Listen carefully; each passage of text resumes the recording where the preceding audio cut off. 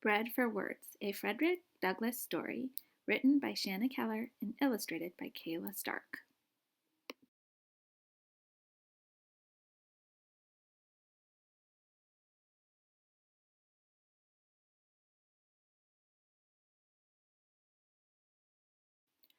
I know where I was born, not when. It was Tuckahoe, Maryland. I lived free as a bird near the bay in a small cabin with Grandma. There wasn't a whole lot to do inside our cramped cabin, so I called to the birds, the frogs, the cats, and the dogs. I chirped and barked and squabbled until even the animals couldn't tell if I was one of their own.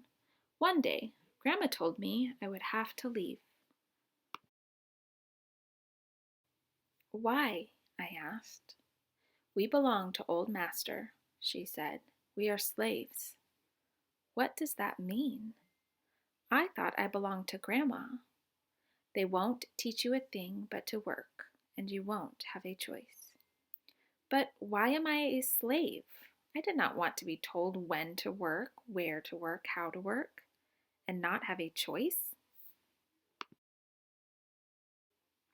Grandma was silent on the day we left the cabin early in the morning.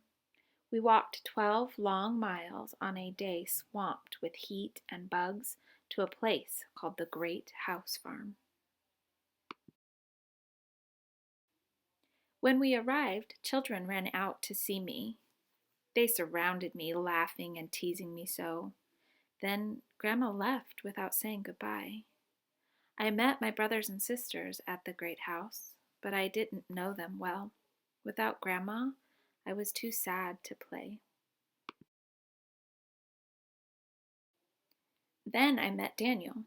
He lived in the great house. We hunted and hiked and fished together. Daniel occasionally shared his cakes with me. He showed me the great house and all the grand rooms inside, including his. Except for the color of our skin, it was hard to know why we were different. Daniel was not a slave. He wasn't born into it. At night, Daniel slept in a warm bed with a full belly. I had no bed. On the coldest nights, I slept with a bag used to carry corn. It wasn't long enough to cover my feet, so I put it over my head. I didn't have enough to eat or enough clothes to stay warm. I didn't even know my age, but Daniel knew his. When his tutor came, he taught Daniel to read and write and speak. I wanted to learn too, but Grandma was right. They didn't give me a choice. I was not old enough to work in the field. I was told to clean the yards, keep the birds out of the garden, and drive the cows. No matter how bad I wanted to learn to read and write, they wouldn't teach me a thing. It was illegal, they said, unlawful, unsafe. Why? I walked like them. I talked like them. I walked and talked exactly like them. I showed them I could. Is that why I was sent to Baltimore, far away from my brothers and sisters? I left the plantation the same way Grandma did, without saying goodbye.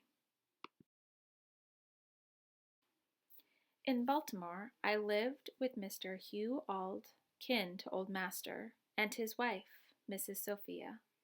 I was told to take care of little Thomas, their young son. City life was different from plantation life. There was plenty of food for me to eat and warm, clean clothes for me to wear. At night, I now had a good straw bed with covers. Mrs. Sophia was kind at first. She knew as little of slavery as I did. When she read to Thomas from the Bible, I followed along. To my surprise, she taught me what no one else would, my ABCs. She taught me how to spell next. I felt proud to know 3 and 4 letter words. She was proud of me too. But when Mr. Auld saw what I could do, anger caught a hold of him. He should know nothing, but do as he is told, he said. If you teach Freddie how to read, there will be no keeping him. He forbade Mrs. Sophia from teaching me. From that moment, I understood the pathway from slavery to freedom. If I learned to read, I could loosen the chains of bondage. I couldn't give up. But how would I learn now that I had lost my teacher? As Thomas grew older, I was told to carry his books and walk him to school. An idea came to me. I met a lot of hungry boys on the streets. The boys were between 9 and 12 years old. Was I as old as them? I remembered how I hated the pinches of hunger in my belly. This time, my hunger was different from theirs. When I was sent on errands, I always took my book with me, and I took extra bread. When I saw the boys on the streets, I offered them bread for words. It worked. With their help at different times and in different places, I finally learned to read. But to break free from slavery, I knew I had to learn how to write next. A new idea came to me in the shipyard. I watched the ship carpenters carve letters into pieces of wood to show which part of the ship it would be used for. I soon learned the names of these letters.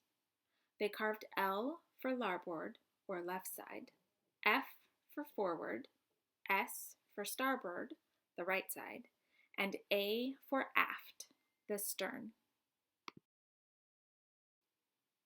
With a lump of chalk, I wrote on fences, brick walls, and pavement. I copied these 4 letters until I could write them from memory. To learn the rest of the alphabet, I challenged those boys on the street who I knew could write. I said I could write as well as them. They didn't believe me. I carefully wrote the letters I had practiced. Beat that. Unable to resist my game, they wrote the letters they knew.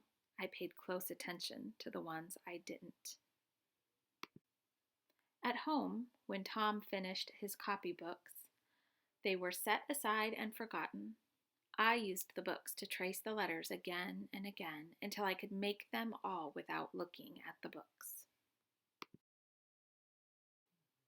After nearly 7 years, I finally succeeded in learning how to read and write. Mr. Auld was right. There would be no keeping me.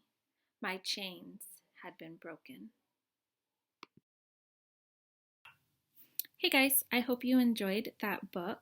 The story of Frederick Douglass is one of my favorites. It is based on a true story. He was a real person, and he really did teach himself how to read and write so that he could break free from being a slave. He went on to publish books, and he was a famous speaker and did a lot towards our battle of making sure that people had equal rights in the United States and that we were treated the same, kind of regardless of the color of our skin or whether we were rich or poor or where we came from. So it's a really interesting story. There is one part in there when it talks about not having anybody to teach him. What is he going to do now that his teacher is gone? And so I'm hoping that all of you are knowing that your teacher is not gone. I am still here. I'm still your teacher. I will still do everything that I can to support you in your learning.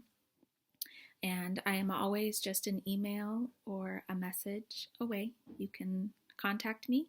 You can send me letters in the mail. You can send me emails, whatever works for you to get in touch with me so that we can stay in touch. Again, I'm not gone. I am here. I am still your teacher, and you still will get the help and support you need to finish up your 4th grade year. So, have a great, wonderful evening or morning whenever you're watching this video, and I look forward to being able to see you soon once you all get your iPads. I'll see you later. High five, handshake, or hug.